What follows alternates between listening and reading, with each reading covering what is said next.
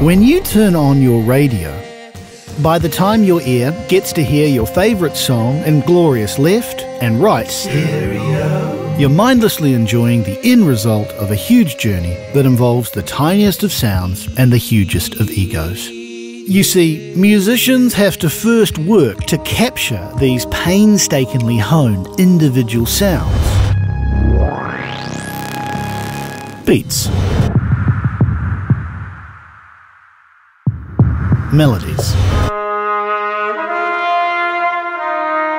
And only then can they attempt to mix them perfectly together to create the one community of stereo sound that modern humans call a song.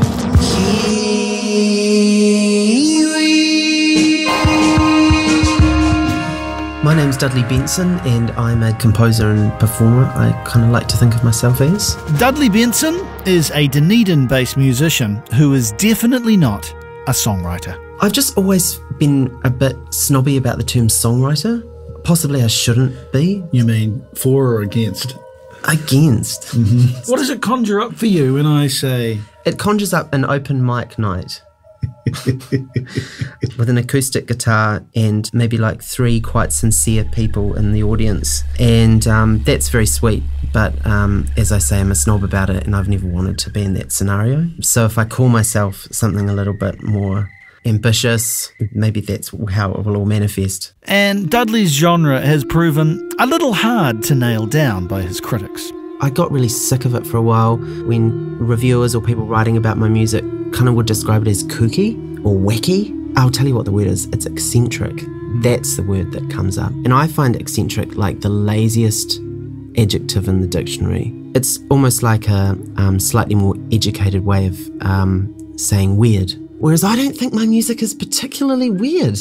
When you look at the gamut of what people are doing, I think it's pop music. That's what I'm trying to do, but I don't want to make boring pop music. Released 2014, Deforestation is Dudley Benson's remix album of his 2010 Forest LP, and features the Patriot Prayer remix of the song Kiwi. So Kiwi, it was written in 1979 by Hedini Melbourne. It might only be 50 seconds in length, if that. And the purpose of that song was for these waiata to be introduced in our education curriculum so that young people, young New Zealanders would get an understanding of and a foundation of te reo Māori so that it wouldn't die as a language. I expanded it from being a 50-second piece with guitar and solo voice to a 10-minute work with a choir and my voice. My main goal with Deforestation was to take these very Aotearoa songs and give them to people in different global contexts. But Kiwi, I just couldn't, nothing was really connecting. So I decided to do the remix myself. So this version of Kiwi is like the 3rd step in that family from Hedini Melbourne's original short piece. And I think it's the same galaxy, but it's quite a different planet to that original one. But what is it about this remix of Kiwi that makes it such an evocative soundscape? How did Dudley make sounds like these? And this one. Scrub and great stands of kahigatea, pokatea and tawa on the flats. And why does he have such a deep disdain for the Kiwi being the bird of our national identity? To get the answers to our questions, we gave Dudley Benson a large pot of tea and got him around a mixing desk to show us the anatomy of Kiwi and what it is that makes this song so special. So where do we start? Fundamentally, I really wanted to work with a few collaborators on this piece. They were the starting point, actually. They were Anne Salmond and Waka Atea, who are a taonga poro duo made up of Al Fraser, who's based in Wellington, and Rob Thorne, who's based in Palmerston North. The first thing I did to create this remix from the original Kiwi was to give the original Kiwi to Waka Atea, and they recorded in their studio the taonga poro that you hear throughout the track.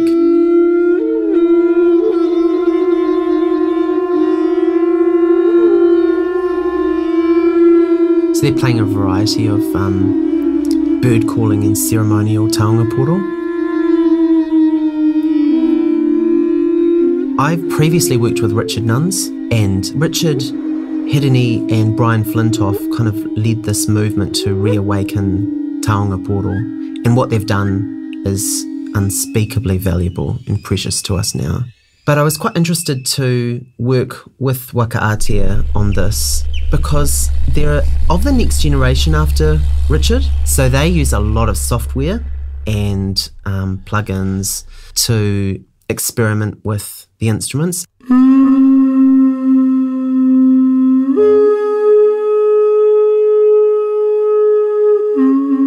It was then about working with Anne Salmond. I flew to Auckland and recorded Anne speaking from one of her books, First Contact Between Māori and Europeans.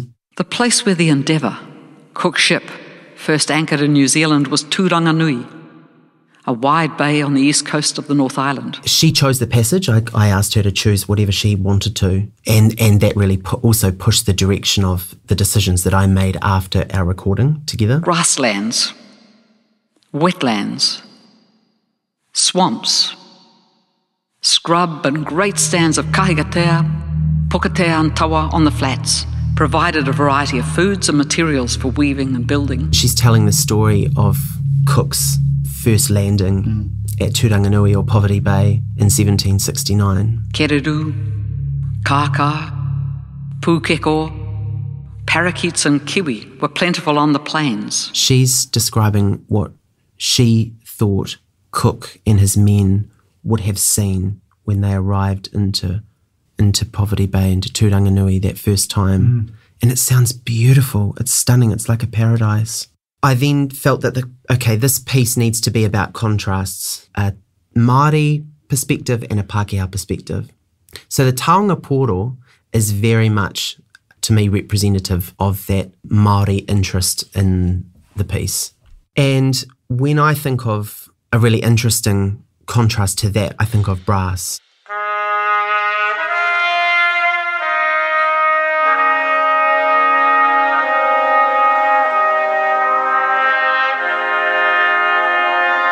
To me, I imagined that moment that we just heard as the Endeavour coming into Poverty Bay, and then the beat kicks in.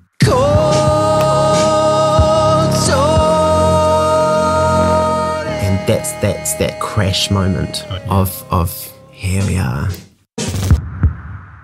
This is like the Endeavour coming in with their big ugly orchestra. So I was thinking big timpani-like bass and military snares.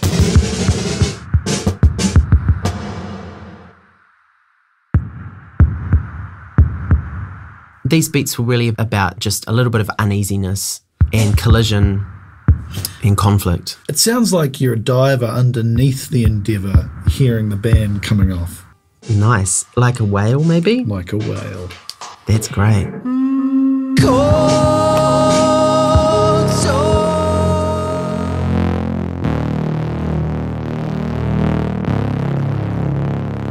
I mean, I love this crunchy stuff so much. Wow.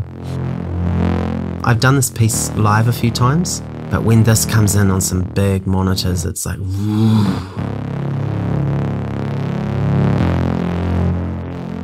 Maybe we talk about my voice then and the lyrics.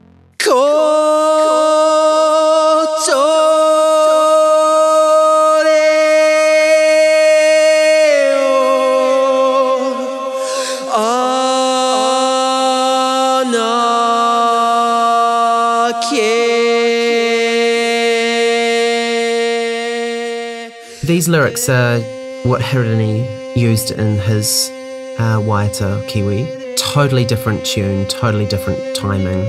The only thing in common is the words themselves. In English, these words describe the Kiwi in the forest at night, searching around like a blind man with a stick, and all he has is his voice. Those are the lyrics. And I find them incredibly poignant. That Kiwi and the reverb, that's totally a call to the future, to our future generations. A message, like an antenna signal. And appropriate, the Kiwi, being done by you. It's nice. Isn't that nice? Because you're a New Zealander in the scheme of the international thing. Well, I'm actually on a crusade to break down this Kiwi label that we have for ourselves. I wondered about that. Because you realise the bird's going to die soon and we need just go with like a paradise duck. Like, maybe just a mallard, just an ordinary old. I think I have a problem with it because I'm thinking a lot about patriotism at the moment. You know, the hand on your heart, standing in front of the flag stuff. And I don't like these terms like real Kiwi. He's a real Kiwi. I really hate that stuff because I think that people who often ascribe to that stuff are, in doing so, are excluding certain groups of New Zealanders. So yeah, so terms like that I'm quite interested in just deconstructing and disengaging from. You mean even our identity to a bird? That's what you're saying, right? Well, I just think it's become not a bird that we're in that way. Yeah, I don't. Yeah, that's why I think do away with it.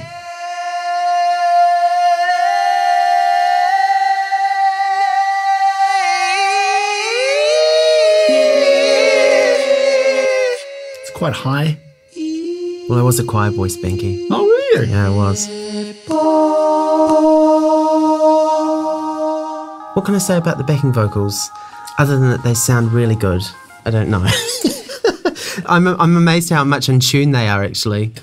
I think that the key with these particular backing vocals is the kind of creepy, ghostly harmonic effects that they have when paired with the main vocal. Could we hear them together?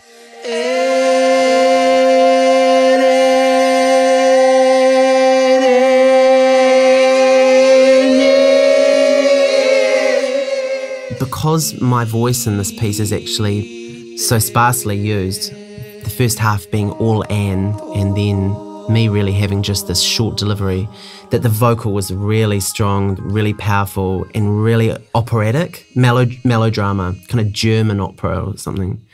So layering it up with harmonies and those falsetto, semi-creepy BVs was a very easy way to help communicate that idea. I called this version of Kiwi the Patriot pre-remix because I felt that this vocal refrain and the brass were like a prayer, like an offering from the Pākehā arrivals, perhaps to Victoria or something like that. It feels like they're calling on their own white god or something to be with them as they enter this new place.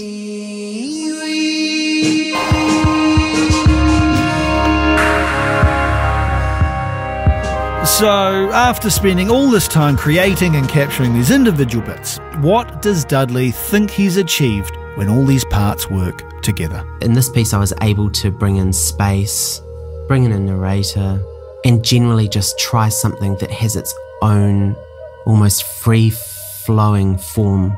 And in that process, be really open to whatever it was going to manifest as. When people listen to this, what do you hope that they will feel? Like going to my website and buying the vinyl. I'll answer that question in another way too. I'd like to think that they would feel an interest in exploring this first contact moment more and that time. I find Cook's expeditions around New Zealand so thrilling. I think there's a lot to learn from first contact for us now. So if there was any kind of fruit from this tree that people could pluck and try, it would be looking back to that time and taking from it. And a big thanks to Dudley Benson. Anatomy of a Song is a radio adventure crafted by RDU, funded by New Zealand On Air and produced by Rachel Morton, Jonny Pipe and me, Spanky Moore. Thank you for listening.